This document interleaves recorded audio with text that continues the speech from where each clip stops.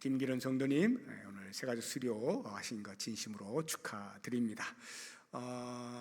우리 새가족 수료하신 분들뿐만 아니라 이 자리에 함께 모이신 우리 모든 성도들이 같이 생각해볼, 성도가 된 이후에 우리의 삶이 어떠해야 될 것인가 하는 것들을 오늘 본문의 말씀을 가지고 같이 생각을 해보려고 하는데요.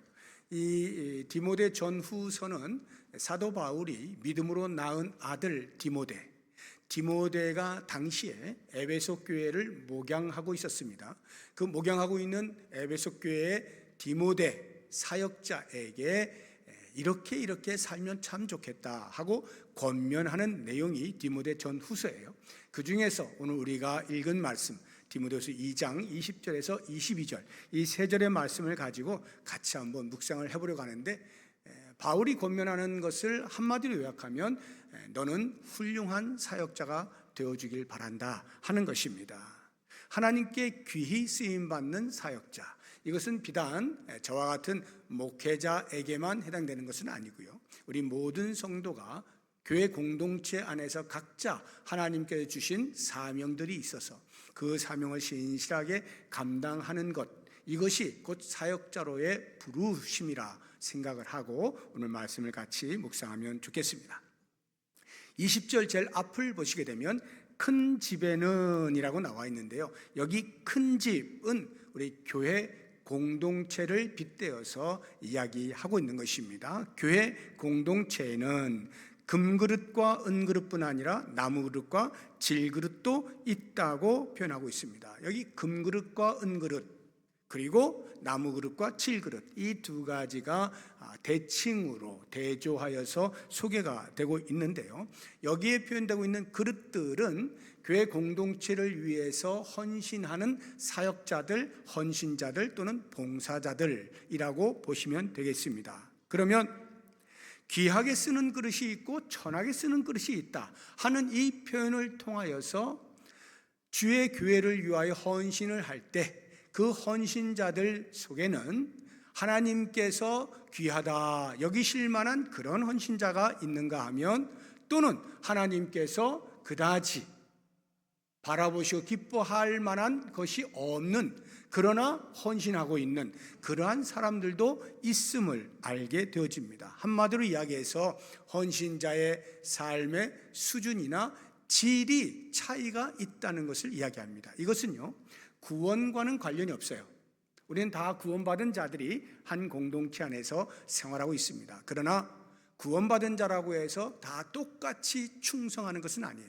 다 똑같이 헌신하는 것은 아닙니다. 사람마다 다르고요, 하나님의 평가에 다르게 평가가 될 수 있는 것입니다. 그래서 이 부분은 구원의 문제가 아니라 충성의 문제고, 결국 마지막 날에 하나님 앞에 섰을 때의 우리의 상급의 문제로 보시면 되겠습니다.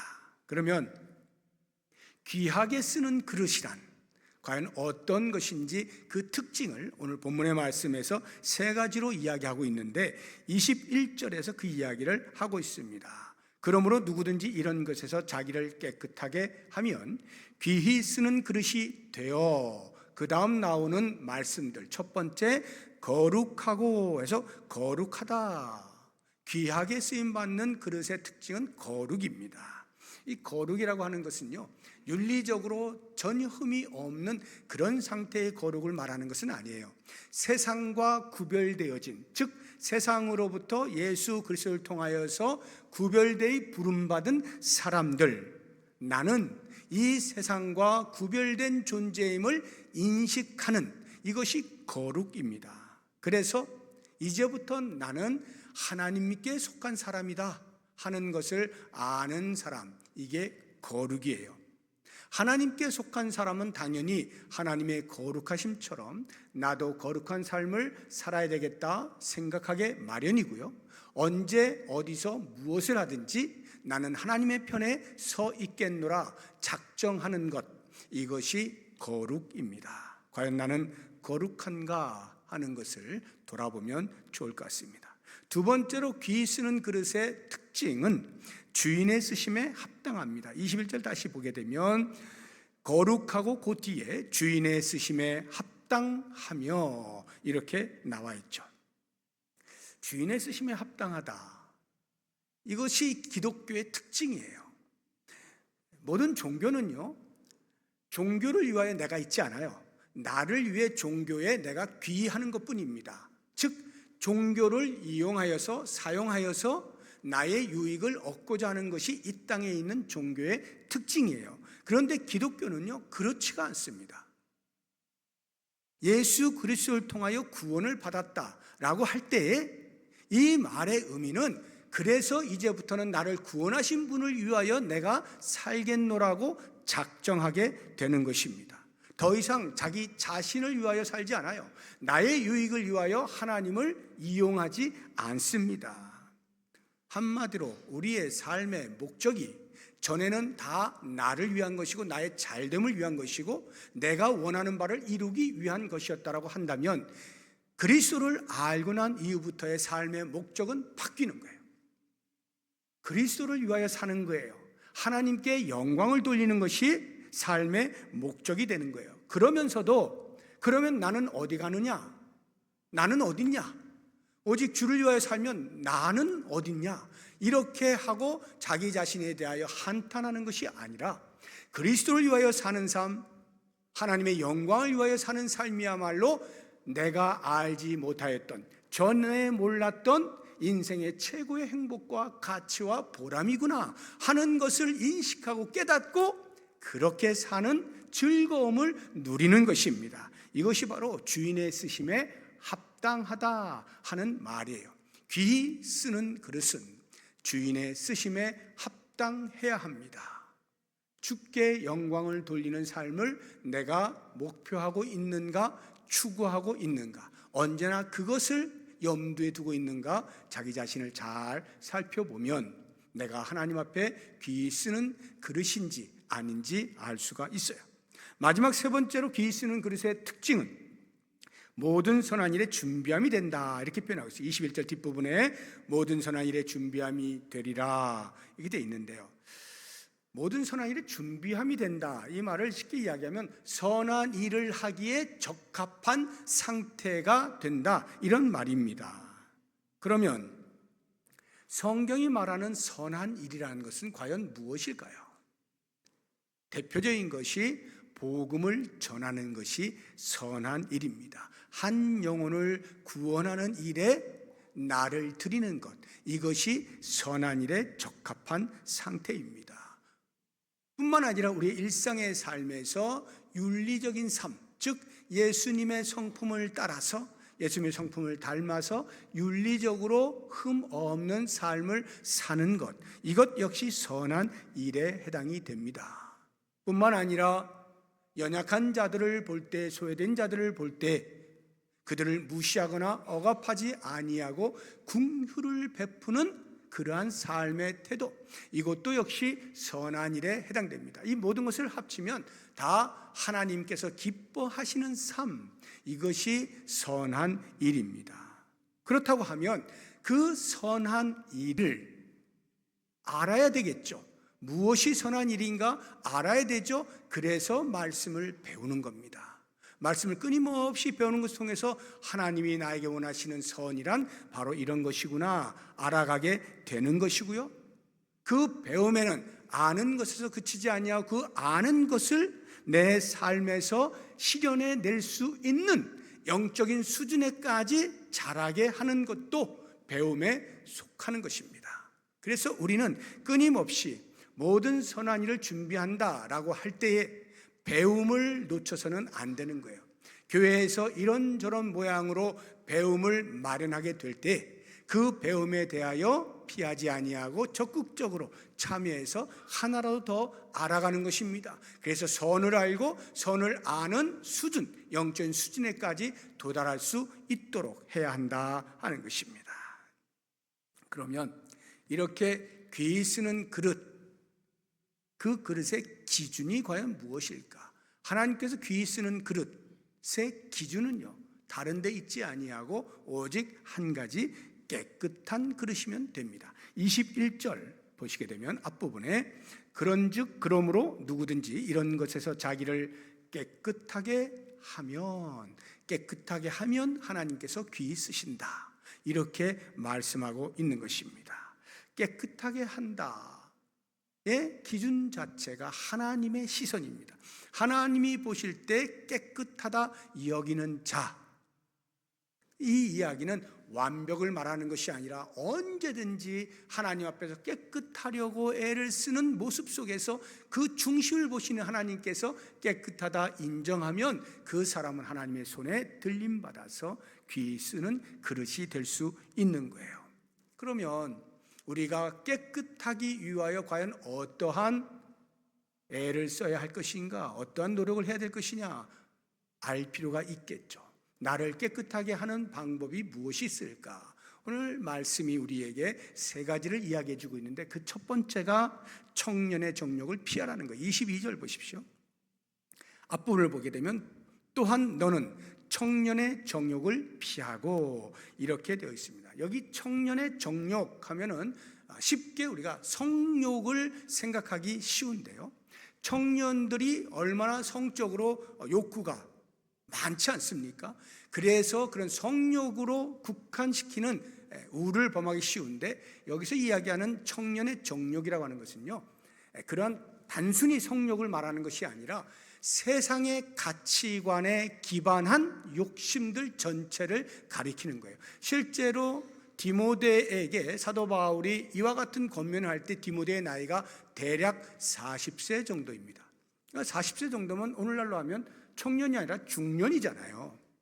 그러니까 그런 어떤 성욕적인 부분을 말한다기보다는 사람이 갖기 쉬운 이 땅에서 우리가 익숙하게 받아들였던 그 가치관에 기반한 욕심들 전반을 가리켜요. 그래서 성도 물론 해당이 되어지고 권력욕도 해당이 되어질 것이고요, 물질이나 명예, 지위 이런 것들이 전부 세상의 가치관에 입각한 욕심들이죠. 그런 것들을 많이 움켜쥘수록 세상에서 인정을 받고 높은 자리에서 사람들 위에 내리보면서 그렇게 살아갈 수 있다라는 것이 세상의 가치관이잖아요.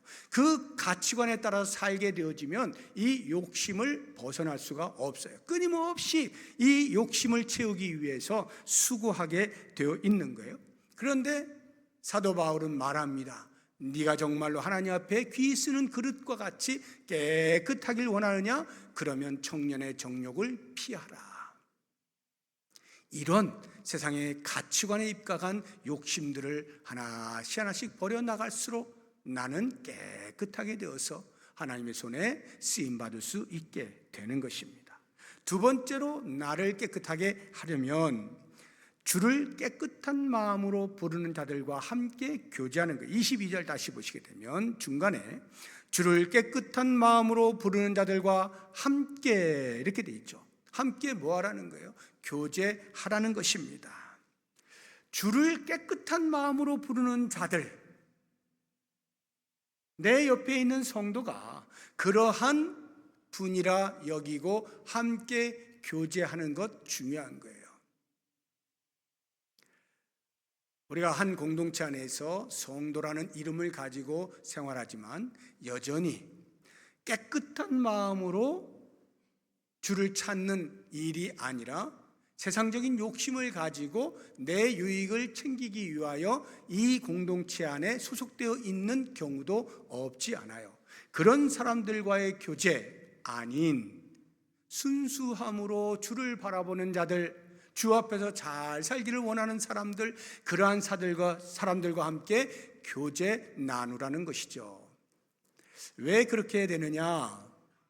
우리가 흔히 아는 마중지봉이라고 하는 말 아시죠? 마중지봉, 삼밭에, 삼은 빳빳하게 이렇게 꼿꼿하게 서거든요. 그 삼밭에 있는 지봉, 봉이 쑥봉자예요. 쑥은 이게 힘이 없잖아요. 흔들흔들거리잖아요. 그런데 삼밭에 쑥이 하나 떨어지면요, 그 쑥도 빳빳하게 섭니다. 이게 마중지봉이거든요. 반대로 이야기하면 어두운 곳에, 캄캄한 곳에 있으면 나도 같이 어두워지고 캄캄해지고 검해진다. 근묵자흑이라는 말이 있죠. 나쁜 사람들과 휩쓸리면 나도 저절로 나쁘게 되어지는 거예요. 누구와 함께 하느냐에 따라서 내 성품이 달라질 수가 있는 건데요. 마중지봉처럼 주를 깨끗한 마음으로 부르는 자들과 함께 교제하게 되어지면 나도 깨끗하게 점점 변화되어져 갈 수 있는 거예요. 중요한 것입니다. 그 이야기를 바꿔서 주어를 바꾸면 내가 깨끗한 자로 서서 누군가가 나와 함께 교제를 할 때 그 사람이 나의 영향을 받아서 함께 깨끗한 마음이 되어 주께 쓰임받는 그릇이 될 것을 소망하는 것도 얼마든지 우리가 가질 수 있는 마음이죠. 그래서 피차에 주를 깨끗한 마음으로 부르는 그러한 삶을 늘 가지시고, 그러한 사람들이 함께 모여서 교제를 통하여서 더욱 깨끗한 그러한 그릇으로, 하나님 쓰시기에 합당한 그릇으로 세워질 수 있기를 바라고요. 마지막 세 번째로 어떻게 하면 나를 깨끗하게 할 수 있는가? 의와 믿음과 사랑과 화평을 따르라 하는 거예요. 22절 뒷부분을 보시게 되면 그 주를 깨끗하게 부르는, 깨끗한 마음으로 부르는 자들과 함께 의와 믿음과 사랑과 화평을 따르라 하는데 교제의 내용을 말하고 있는 거예요. 이 교제의 내용이 의와 믿음, 사랑과 화평. 사도 바울이 디모데에게 이 말씀을 할 때 그냥 아무 생각 없이 머리에 툭툭 떠오르는 대로 단어를 적어 내려간 게 아니에요. 의, 믿음, 사랑, 화평, 많고 많은 용어들 가운데 이 네 가지를 선택했을 때에는 나름대로 사도 바울의 마음속에는 생각한 바가 있죠. 그 생각한 바가 뭘까를 묵상해 보면 의와 믿음이라고 하는 것은 하나님의 성품 가운데 큰 두 축인 사랑과 공의라고 할 때 이 공의에 해당이 되는 거예요. 진리적인 부분, 믿음적인 부분, 이러한 부분을 의와 믿음이라 이렇게 표현을 하고 있어요. 그런가 하면 사랑과 화평이라고 하는 것은 하나님의 사랑의 속성, 이 부분에 해당이 되어지는 거예요. 그러면 이 두 가지를 가만히 생각해 보면 의와 믿음과 사랑과 화평을 따르라, 즉 신앙생활을 함에 있어서 공의적인 측면과 사랑의 측면 두 가지를 잘 균형 있게 이루어 신앙생활을 하라는 거예요. 조화를 가져야 된다는 거예요. 어느 한쪽으로 치우치게 되면요, 신앙생활이 원만치가 않아요. 하나님께서 보시기에 아직 부족하다 여기시게 되는 거예요. 공의적인 부분을 너무 강조하다 보면 사람이 메말라요. 강팍해져요. 굉장히 옳은 것 같은데 강팍해요. 하나님 쓰시기에 합당치가 못해요. 사랑과 화평을 많이 강조하다 보면 때로 의와 믿음을 놓쳐요. 진리의 부분을 놓쳐요. 좋은 게 좋은 거야? 적당히 타협해요. 아무런 울타리가 없어요. 이렇게 되어지면요, 큰 위협이 다가올 수가 있는 거예요. 그냥 희석되어져서 내가 예수 믿는 사람인지 아니조차 모르는, 그저 그냥 좋은 사람으로 살아갈 수 있게 돼요. 이러면 역시 하나님의 손에 쓰임받기 곤란한 것입니다. 그래서 신앙의 올곧음, 줏대, 이것과 사람들을 넉넉히 품는 이 두 가지를 잘 조화를 시켜서 신앙의 균형을 이루어서 생활하게 되어지면 하나님께서 귀히 쓰는 그릇이 될 수 있는 거예요. 오늘 우리 수료하시는 우리 성도님도 이와 같은 삶으로 남은 생 살아가야 되겠다 다짐하시면 좋겠고, 우리 모든 성도님들도 각자의 삶에서 한 개인으로든지 아니면 가정이나 교회 공동체 안에서 공동체의 한 일원으로서든지 이렇게 하나님이 쓰시기에 합당한, 하나님이 귀히 쓰실 만한 그릇으로 자기 자신을 깨끗하게 준비해서 주님 부르시는 그날까지 우리의 할 일 다 하다가 주 앞에 서서 샘할 수 있는 복이 있기를 주의 이름으로 축복합니다. 기도하겠습니다. 하나님 아버지, 감사합니다. 오늘 이 오후 시간에 새가족부의 모든 교육을 마치고 수료를 하면서 수료하시는 분이나 함께 축복하는 우리 모든 성도들이나 주의 말씀으로 다시 한번 우리의 삶을 돌아볼 수 있는 기회를 주신 것 감사합니다. 원하옵나니 주님께서 귀히 쓰실 만한 깨끗한 그릇이 준비되게 하시고 언제 어디서든 주님이 원하시면 주님 제가 여기 있습니다, 저를 사용해 주십시오 말할 수 있는 자격이 있게 하여 주옵소서. 잘 준비된 자로 주님이 원하시는 곳곳에서 기묘하게 쓰임받을 수 있는 인생이 되도록 축복하여 주시옵소서. 예수 그리스도의 이름으로 기도하오며 이제는 우리 주 예수 그리스도의 은혜와 하나님의 사랑과 성령의 교통하심이 깨끗한 그릇으로 주님 앞에 바르게 쓰임받는 인생 되기로 다짐하는 주의 백성들 머리 위에 이제로부터 영원토록 함께 있을지어다. 아멘.